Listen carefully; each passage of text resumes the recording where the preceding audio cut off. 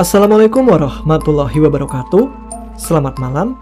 Kembali lagi dengan saya Tama dalam Ada Apa Gerangan. Bagaimana kabar kalian? Semoga selalu diberikan kesehatan dan juga rezeki yang cukup. Malam ini ada kiriman cerita dari Mas Ryan ketika mengalami hal janggal saat ngontrak di sebuah kontrakan yang ada di daerah Ragunan. Bagaimana ceritanya? Baiklah, langsung saja. Teman-teman, ada apa gerangan? Ceritanya mulai dari sini.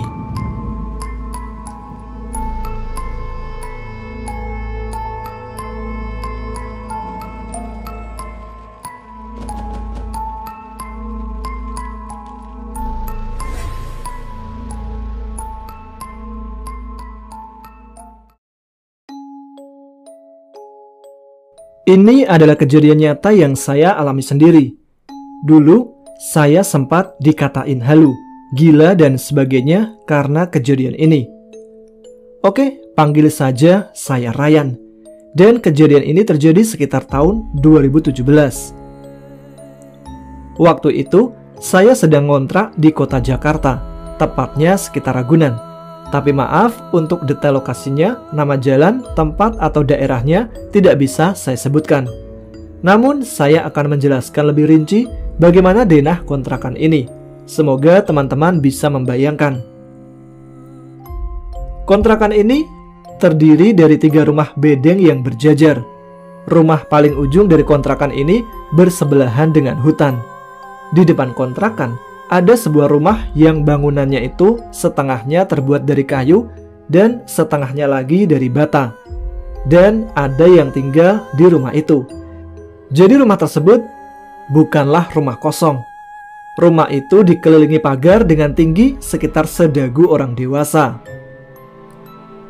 Kontrakan tersebut terdiri dari 1 kamar tidur, 1 kamar mandi, dan ruang tamu. Awal saya pindah ke sana, tidak ada kejadian apa-apa. Bisa dikatakan aman lah. Sampai beberapa bulan setelah pindah ke kontrakan itulah saya mengalami kecelakaan. Ceritanya waktu itu saya mau membantu teman untuk mengerjakan tugas kuliahnya. Saya pun naik ojek untuk ke rumahnya. Tapi apesnya, di jalan kami kesenggol Metro Mini yang baru mau jalan dari tempat mangkalnya. Lalu motor kami oleng dan menabrak pembatas jalan. Mungkin karena saya duduk di belakang dan dalam posisi tidak siap, jadi saya terlempar dan jatuh sekitar 2 meter ke bawah underpass. Tapi anehnya, saya sama sekali tidak terluka, bahkan tidak sedikit pun lecet. Namun dikarenakan trauma, saya pun membatalkan janji ke teman saya dan tidak jadi ke tempatnya. Beberapa hari setelah kecelakaan, saya memutuskan untuk pulang ke kampung halaman buat liburan. Namun anehnya, selama di kampung, mama itu selalu meminta saya untuk tidak usah balik lagi ke Jakarta dengan alasan yang tidak jelas. Dan hampir setiap kali mengobrol, selalu membahas ke arah sana.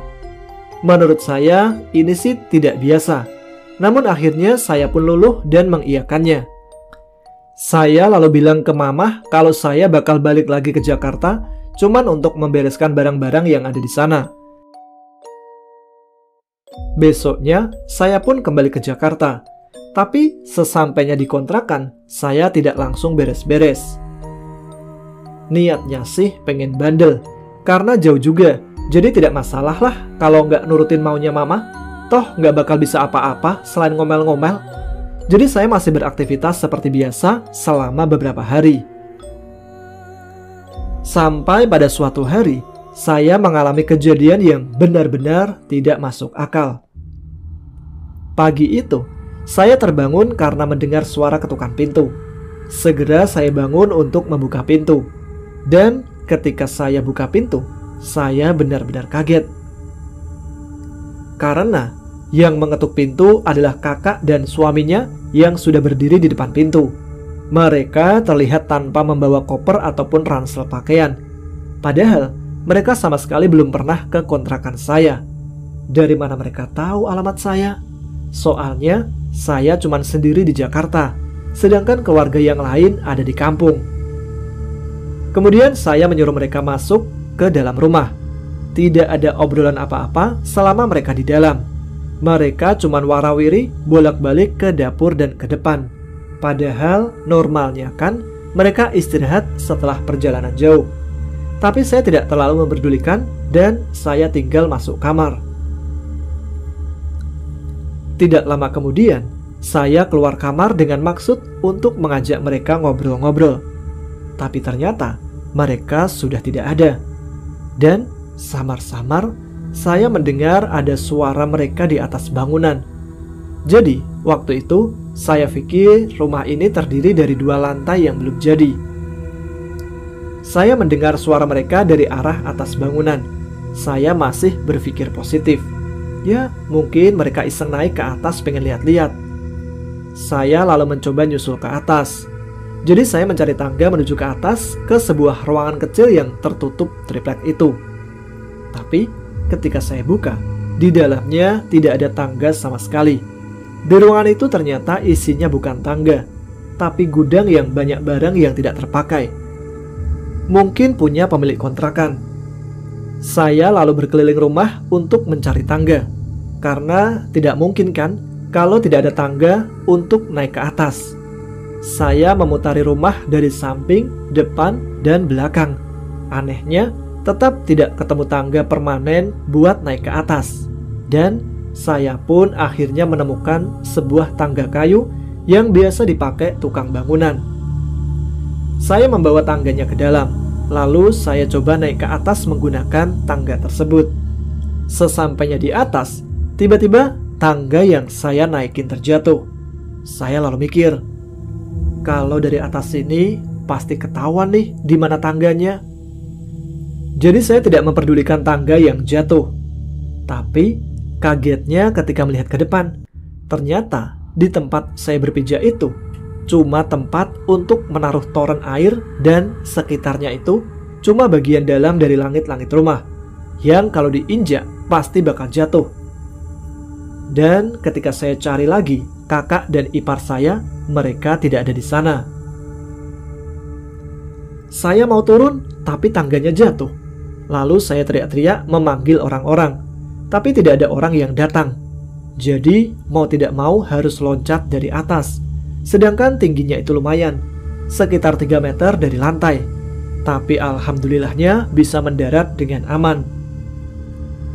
Karena masih dalam posisi kebingungan, saya langsung mengambil HP untuk menelpon mama dan menanyakan,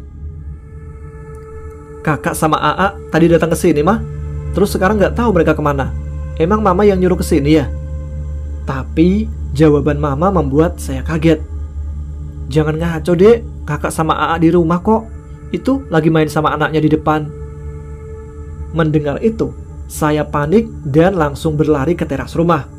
Begitu sampai teras, saya kembali kaget. Karena di sana saya mendengar ada suara yang mengetuk-ngetuk dari atap rumah.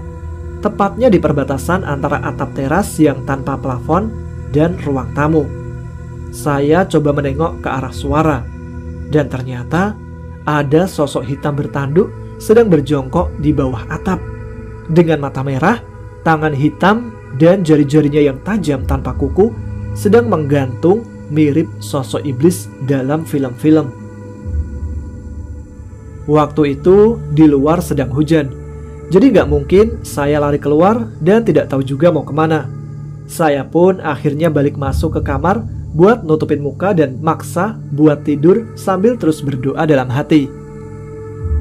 Dan alhamdulillahnya lama-lama saya pun bisa tidur. Sore harinya ketika saya bangun, saya kaget karena di depan pintu kamar ada mama yang sedang berdiri dan pamitan kepada saya mau ke tetangga depan rumah. Katanya mau membantu beres-beres untuk acara pernikahan. Dalam posisi yang masih kaget antara benar atau enggak, saya mencoba untuk menyusul mama ke rumah depan. Tapi saya tidak menemukan mama saya. Ke belakang rumahnya juga sepi-sepi aja, gak ada orang. Bahkan tidak ada tanda-tanda bakal ada acara di rumah itu. Jadi saya memutuskan untuk pulang lalu mandi. Waktu itu saya masih berpikiran positif kalau mama itu memang benar-benar sedang membantu tetangga depan. Saya belum sadar Jadi saya masih melakukan kegiatan seperti biasa, beres-beres, latihan, dan keluar untuk mencari makan. Tapi kali ini saya membeli 2 porsi makanan karena saya pikir yang satunya untuk mama. Dan ketika saya pulang, posisi rumah kan tidak saya kunci karena saya berpikir takutnya mama mau pulang. Dan ternyata memang benar, mama sudah ada dalam rumah. Tapi mama malah pamit lagi untuk membantu tetangga depan rumah. Sambil jalan keluar rumah melewati saya menawarkan makanan tapi tidak dijawabnya. Setelah itu saya masuk rumah dan makan sendiri. Sekitar jam 11 malam, mama belum juga pulang. Jadi saya pun menyusulnya karena mama memang belum makan. Dan ketika saya susul ke rumah tetangga depan, pagar rumahnya terbuka, tapi pintu rumahnya tertutup. Saya mencari ke belakang rumah dan sekitarnya, tapi mama tidak ada. Akhirnya saya memutuskan untuk balik lagi ke rumah. Sebenarnya tadi itu mama atau bukan sih? Lalu ketika mau pulang, saya melihat mama masuk ke rumah tetangga depan. Saya panggil-panggil, tapi mama tidak keluar. Setelah lama menunggu, saya memutuskan untuk balik ke rumah.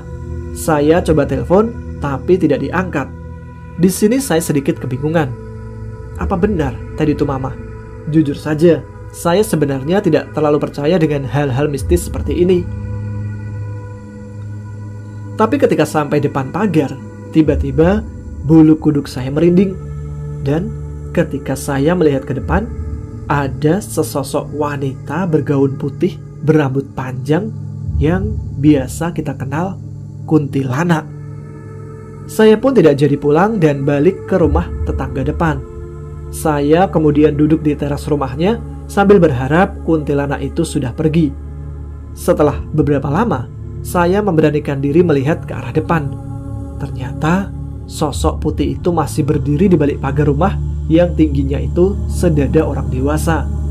Jadi benar-benar kelihatan jelas seperti yang ada di film-film selama ini. Wajahnya yang pucat, mata yang hitam, dan rambut yang panjang. Dia sedang tersenyum melihat ke arahku.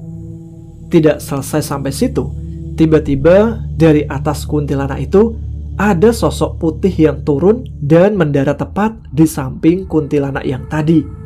Sekarang saya berhadapan dengan 2 sosok kuntilanak yang ada di depan mata. Gemetar, merinding, ketakutan, tapi berapa kali pun mulut saya mencoba untuk membaca doa, anehnya tidak bisa selesai. Di pertengahan doa, tiba-tiba lupa lanjutannya. Mungkin karena saya terlalu berisik di depan rumah tetangga, si pemilik rumah pun sampai melihat dari jendela rumahnya dan seolah mengusir saya untuk pergi dari depan rumahnya. Sumpah, demi Allah Subhanahu wa Ta'ala, gue juga mau pulang. Ngapain juga gue duduk di depan rumah orang malam-malam? Tapi masalahnya kan, di depan pagar rumah gue itu masih ada 2 sosok putih yang berdiri tanpa menapakkan kaki ke tanah sama sekali. Jangankan buat pulang, buat gerak pun susah. Lalu saya teriak ke ibu yang punya rumah. Bu, ibu nggak ngelihat itu ada kuntilanak di depan. Saya juga nggak tahu harus kemana, Bu. Yang bikin saya kaget adalah jawaban si ibu. Mas, jangan ngaco deh, di sana nggak ada apa-apa. Tolong Mas pulang sekarang, karena udah jam 1 malam nih, orang mau istirahat. Dengan marah-marah. Dan saya nggak sadar kalau waktu sudah berlalu selama 2 jam. Di sini saya masih mencoba berpikir positif. Kalau ini pasti hari sial saya. Saya harus bisa tenang. Dan mereka juga sial sebenarnya, karena ketemu sama saya. Jadi saya mencoba buat beraniin diri dan tidak takut lagi. Tidak lama setelah itu, ada hal aneh yang benar-benar tidak pernah saya bayangkan. 2 sosok kuntilanak itu tiba-tiba berpindah tempat dalam sekejap. Benar-benar cepat, hanya dalam kedipan mata. 2 sosok itu sudah berdiri di depan pintu rumah tetangga saya, tepatnya rumah kedua sejajar dari kontrakan saya. Dan tiba-tiba terdengar suara ketukan pintu di rumah tersebut. Sumber suara tersebut berasal dari 2 sosok kuntilanak itu.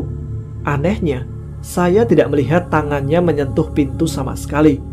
Mungkin ada yang pernah mengalami kejadian ketukan pintu, tapi tidak ada siapapun di depan pintu. Itulah yang terjadi saat itu. Setelah beberapa kali ketukan, terlihat ada yang menyibak gorden dari balik jendela. Namun yang di balik jendela atau penghuni rumah sepertinya tidak melihat apa-apa. Padahal kuntilanak itu berdiri tepat di depan jendela. Entah karena saya terlalu fokus dengan dua sosok kuntilanak itu, saya jadi tidak sadar akan kehadiran sosok lain yang ada di ujung pagar yang berseberangan dengan hutan. Sontak saya kaget melihat sosok tersebut. Sosok berbalut kain putih yang lusuh dan masih terlihat tali yang mengikat di posisi kepala dan badannya.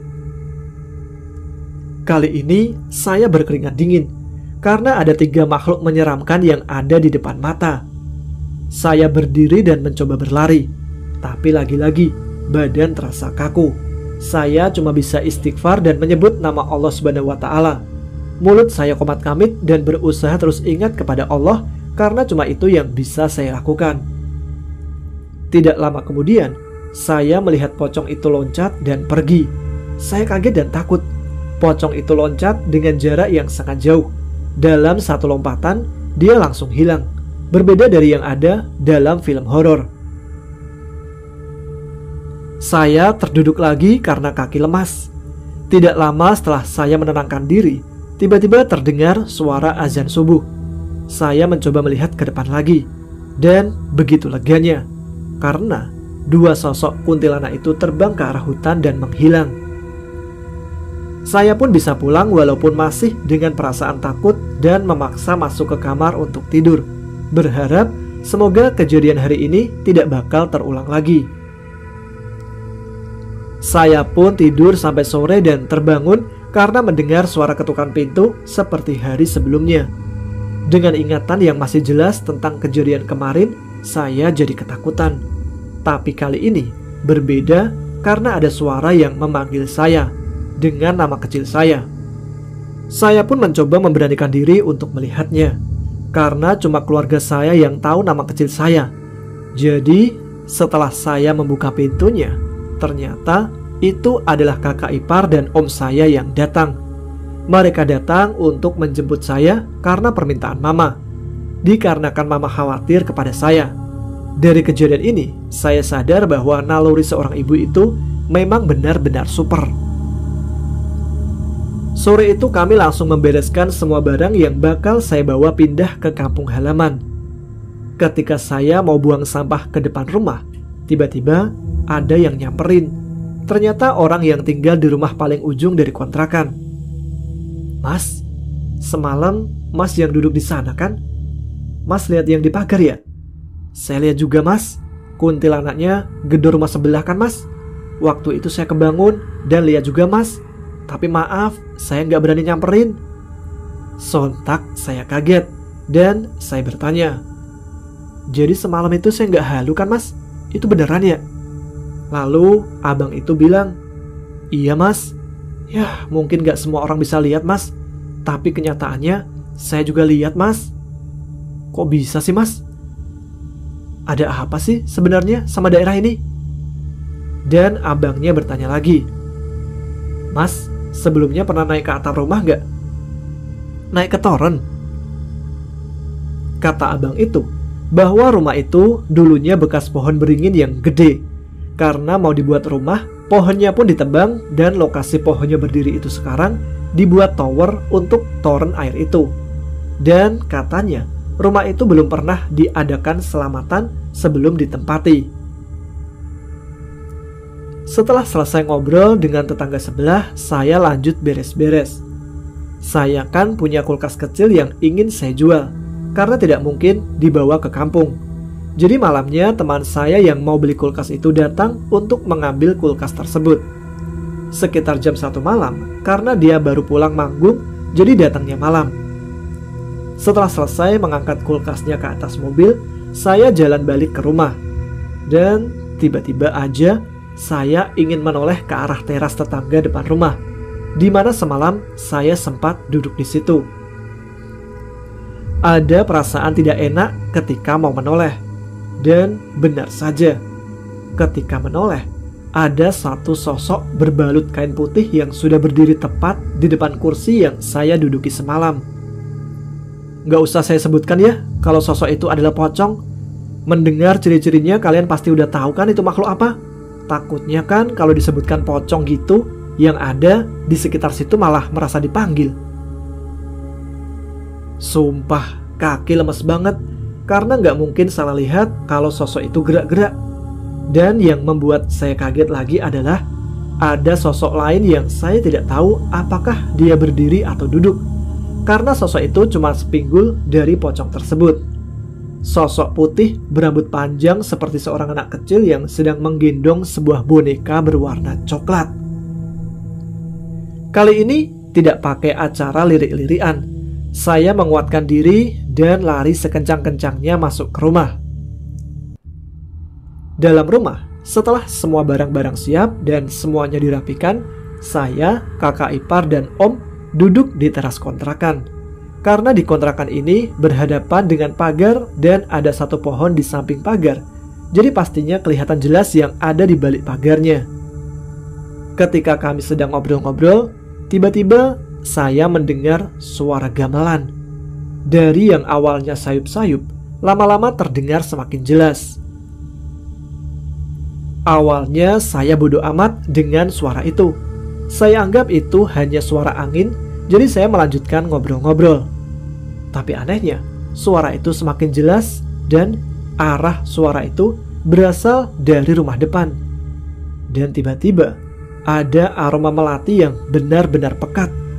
Karena merasa terganggu, saya pun mencari sumber bebauan itu. Dan ketika saya melihat ke arah depan, di sana sudah ada sosok nenek-nenek yang sedang berdiri di samping pohon. Nenek itu terlihat sedang memandang ke arah gerbang pagar rumah tersebut. Sosok nenek itu mengenakan kebaya coklat dengan kulit yang keriput dan wajah yang benar-benar seram. Saya tidak bisa lagi meyakinkan diri bahwa itu adalah manusia. Terlintas di pikiran tentang kejadian semalam. Saya lalu melihat om dan kakak ipar saya masih asik mengobrol seakan-akan saya tidak ada di sana. Saya pun mencoba untuk nimbrung, tapi tidak ditanggapi. Akhirnya saya pasrah dan mengikuti saja arah malam ini mau gimana. Dan tidak lama setelah itu, terdengar suara langkah kaki yang ramai, diiringi suara obrolan yang riuh, seperti ada segerombolan orang yang datang dari arah luar pagar tersebut. Semakin lama, semakin jelas terdengar suara gamelan dan riuh dari keramaian. Karena saya penasaran dengan nenek yang tadi, saya coba lihat, apa sih yang dari tadi dilihat sama sosok nenek itu? Ketika saya melihat untuk mencari tahu, dari gerbang rumah itu terlihat sebuah payung hijau yang dihias dengan bunga-bunga melati. Dan di bawah payung itu ada sepasang pengantin yang cakep banget. Si laki-laki menggunakan baju adat Jawa hijau, mungkin sejenis kemben ya. Maaf karena saya tidak tahu namanya. Sedangkan si wanita juga mengenakan kebaya hijau berhiaskan bunga-bunga. Maaf kalau tidak pintar menyusun kata-kata untuk menjelaskan lebih detailnya. Dan riuh suara itu ternyata adalah iring-iringan pengantin yang mau memasuki gerbang rumah depan. Mungkin bisa dibayangkan bagaimana prosesi ketika pasangan pengantin yang sedang berjalan pelan. Dan ada dua penari tepat di depan pasangan pengantin tersebut. Di sini saya benar-benar terpaku, karena sama sekali belum pernah menyaksikan prosesi adat daerah lain selain adat dari kampung halaman saya sendiri. Tapi anehnya, seluruh wajah iring-iringan dan penari terlihat sangat pucat. Mata saya tiba-tiba terarah ke sosok nenek yang tadi. Dan saya kaget, karena sosok nenek itu sudah menatap saya lalu berjalan ke arah saya. Tidak lama setelah saya terpaku, om saya berteriak. Dia memanggil-manggil saya dan menyuruh saya masuk ke rumah. Tanpa mengatakan hal lain, dia cuma menyuruh saya masuk ke rumah dan menutup pintunya. Setelah itu, saya langsung masuk ke rumah dan kami bertiga tidur bareng di ruang tamu kontrakan tersebut. Keesokan paginya, kami pun berangkat pulang ke kampung halaman dengan selamat. saya tidak tahu apa yang terjadi kepada pemilik rumah depan setelah kejadian semalam. Mungkin teman-teman yang paham bisa menjelaskan. Maaf untuk penulisan yang kurang jelas, dan terima kasih karena sudah mau dibacakan cerita ini. Dan untuk pertama kalinya saya mengalami kejadian seperti ini, di mana yang pernah dengar ceritanya itu cuma sekelebatan, tapi ini benar-benar nyata di depan mata kepala saya sendiri. Dan saya di posisi sadar sesadar-sadarnya.